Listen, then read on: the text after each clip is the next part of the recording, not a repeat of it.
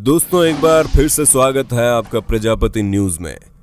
China की planning में शामिल था अमेरिका को लाचार करना और इंडिया पर प्रहार करना।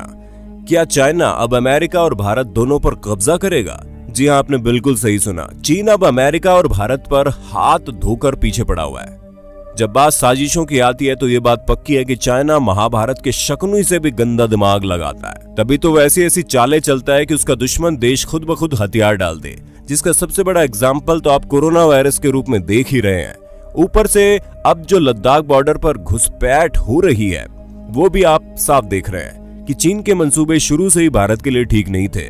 और भारत क्या, चीन के मंसूबे तो किसी भी देश के लिए कभी ठीक ही नहीं होते हैं। जो देश अपने ही लोगों की चिंता ना करता हो उससे भला क्या उम्मीद लगाई जा सकती है। पर दोस्तों, चीन की असली प्लानिंग और स्ट्रेटेजी कैसे काम करती है और कैसे ये लगातार हर तरह से अपने आप को सबसे शक्तिशाली देश साबित करने में लगा हुआ है, आज इस बारे में मैं यानी आपका दोस्त विशाल प्रजापति आपको बताने वाला हूँ, जिसे सुनकर वाकई आपके पैरों तले जमीन खिसक जाएगी। तो चलिए वीडियो शुरू करते हैं। लेकिन हाँ, वीडियो शुरू करने से पहले एक छोटी सी रिक्वेस्ट है।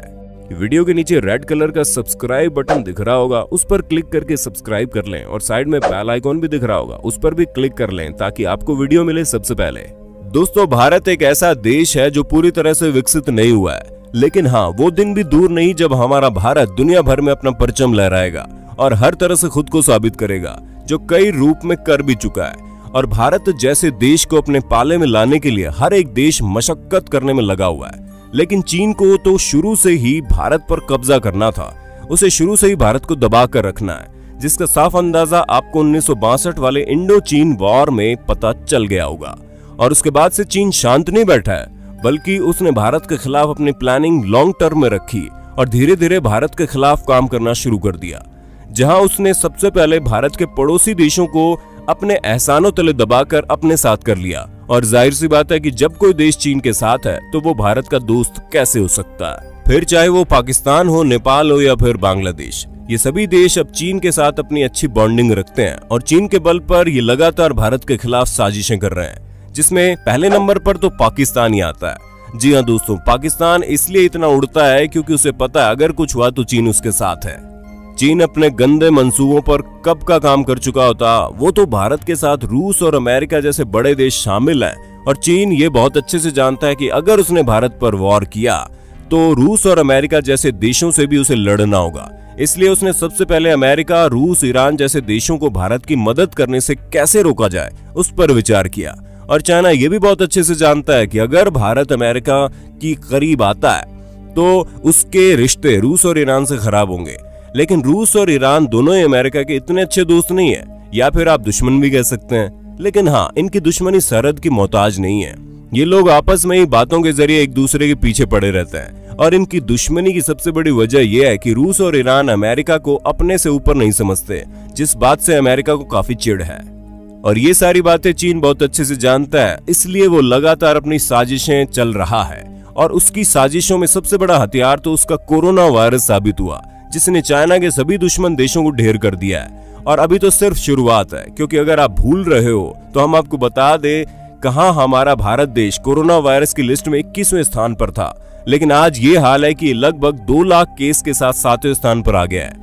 और हमें ये कहते हुए कोई शर्म नहीं आ रही है कि जिस हिसाब से हमारे भारत के लोग काम कर रहे हैं उसे देखते हुए तो हम पहले स्थान पर भी आ जाएंगे, उसका कोई भरोसा नहीं है। लेकिन इस समय जो देश पहले स्थान पर है वो कोई और नहीं बल्कि चाइना का कट्टर दुश्मन अमेरिका है। और इसी कोविड-19 की वजह से अमेरिका की पूरी अर्थव्यवस्था अस्त व्यस्त हो गई है, जहां पर बेरोजगारी बढ़ गई है, इकोनॉमी ढेर हो गई है और वहां के लोग लगातार मारे जा रहे हैं। ऐसे में चीन का आधा काम तो कोरोना वायरस ने कर दिया, अब बाकी बचा काम चीन खुद करने में लगा हुआ है। इसीलिए वो अब धीरे धीरे हांगकांग, ताइवान और भारत समेत कई देशों पर अपनी पकड़ बनाने की कोशिश कर रहा है, ताकि वो ऐसा करके दुनिया का सबसे शक्तिशाली देश बन जाए। इन सब चीजों को देखकर ये कहना बिल्कुल भी गलत नहीं होगा कि आने वाले समय में विश्व की राजनीति में काफी बड़ा हेरफेर देखने को मिल सकता है। और अगर इन सभी चीजों से भविष्य से लड़ना है तो हमें अपनी इकोनॉमी को स्ट्रॉन्ग करना होगा, और वो तभी होगी जब हम सावधानी से कदम बढ़ाएंगे। क्योंकि भले ही लॉकडाउन धीरे धीरे खुल रहा है, लेकिन इसका मतलब ये नहीं है कि महामारी ठीक हो रही है, उल्टा ये तो हमारे देश में और ज्यादा प्रहार करने में लगी है। इसलिए सबसे पहले हमें इस महामारी से लड़ना होगा। खुद को इस कोरोना वायरस जैसे संक्रमण से बचाने के लिए हर एक तरह के नियमों का पालन करना होगा और उन नियमों का पालन करने के साथ ही घर से बाहर निकलना होगा, तभी हम इस महामारी से बचे रह सकते हैं। और जितने ज्यादा लोग इससे बचे रहेंगे, सरकार को उतना ज्यादा फायदा होगा, क्योंकि अस्पताल में बेड्स की बहुत बड़ी कमी है, जो पूरी करने में सरकार की हालत खराब हो सकती है। उसके साथ ही दवाइयां और अन्य चीजों का खर्च भी बढ़ जाएगा।